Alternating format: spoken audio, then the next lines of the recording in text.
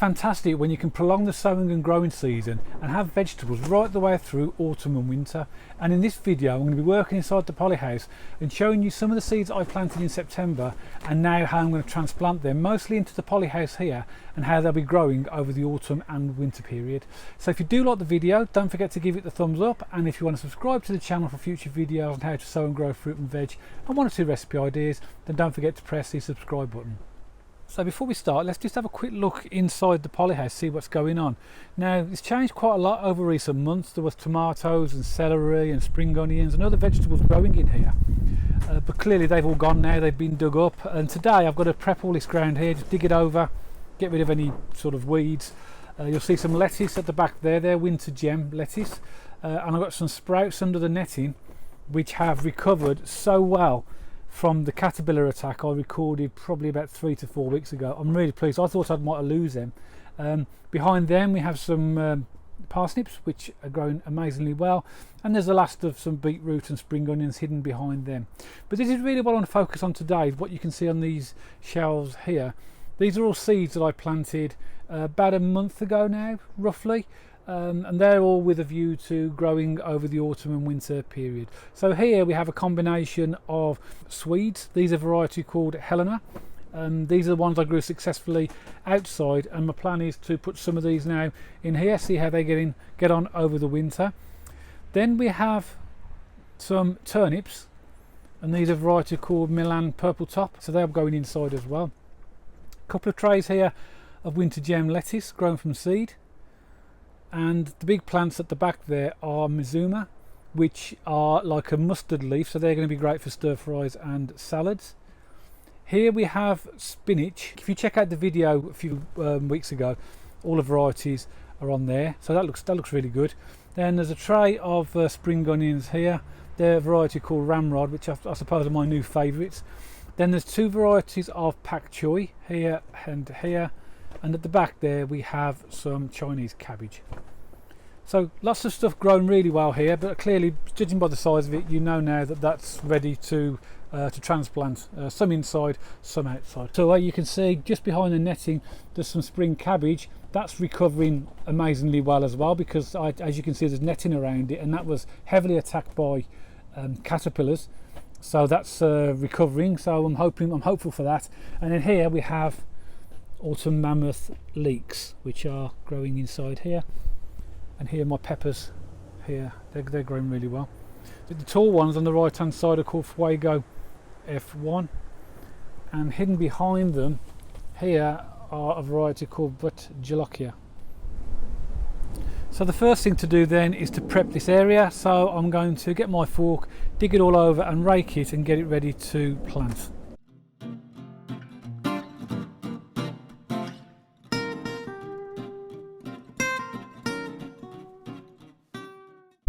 Now this has been a really productive space this year in here, and I've had just literally harvested all of my celery, which was loads of it all over here. Next to it there have been spring onions and beetroot.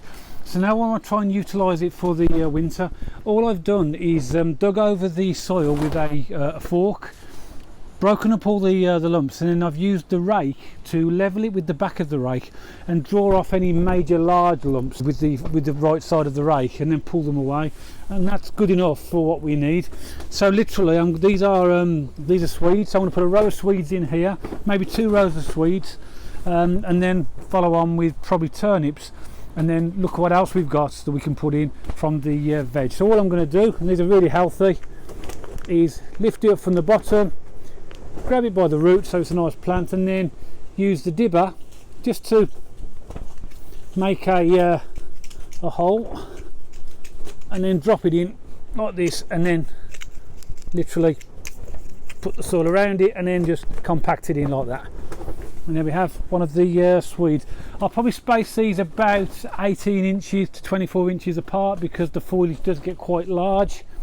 Put another one in here. Another one in here, put it in there, and then So I'll do my whole row all the way along here, and then probably put a second row in as well. I'm not too sure whether I'm going to net these yet. These are brassicas and they will be prone and vulnerable to things like butterflies, but we are in October now, and the activity of butterflies is significantly diminishing. So what I'm probably going to do is leave them a week, possibly two, see if there's any signs of them being eaten, and if there is, I might have to net them over, but at the moment and today I'm not going to do that. So if we go into the polyhouse now that everything's planted, you can see how productive it is. Now bear in mind, at the time of recording this, it is the beginning of October, and there's still a lot of things in here that are, you know, just grown from seed about a month and a half ago. Right at the front we have a row of all the year round cauliflower, and then behind them there are two varieties of pak choy, 2 rows each. They're planted quite close together, and that's primarily because I had so many, and accepting I might lose a few, I thought I might as well utilise the space as best as possible. Behind them we have 2 rows of Swedes and 2 rows of turnips, interspersed with some winter gem lettuce. And there's some more developed winter gem lettuce just at the back. You can see at the back of the green netting. So I was doing a bit of sorting out over the last few days, and I came across these storage trays that we're not really using for anything. And then I thought to myself, that'd be useful to have them in the polyhouse, just to give a bit of extra growing space. So because of the depth of them, I can put a good amount of compost in there, and that'll allow me then to grow things like winter greens, giving me that extra space that I might need in the polyhouse. So that's what I'm going to do, fill these with compost and then transplant some winter greens in there. One thing I have to make sure I definitely do though is drill some drainage holes in the bottom. The reason you need drainage holes is because if the water accumulates and starts to maybe not be able to get away, it could effectively flood the compost and whatever you've got in there, and it will start to rot. So that's what I'm going to do now. I'm just going to drill a few drainage holes in the bottom, and then we'll plant them up. So it's great being able to use my own compost. This compost here was taken today. It's absolutely perfect for bulking out really. If I was to have to fill this tray up with compost I purchased, it would cost me quite a lot of money.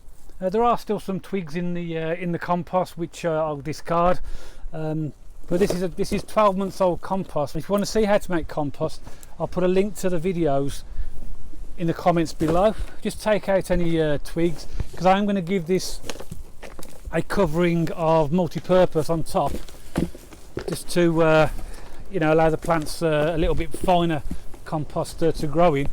But really, the purpose of this is just to really bulk it out really. So I put about 30 millimeters of multi-purpose compost on top now, and so it's not right to the top. And now I'm going to put in my spinach. But you can see how healthy they are. These were put in 3 or 4 weeks ago. There's a video on the channel actually talking about sowing seeds in September when these were sowed. And I'm literally going to pop them into the compost and then just give them a bit of a firm there. Put them in. Perfect. So there you go, there's a whole tray of spinach planted up, and I'll put that on my shelves now, give that a bit of a water. But you could do this with any other type of vegetable that has like shallow roots. So you could do, for example, for any of your lettuces. It would even work for spring onions because the tray is quite deep.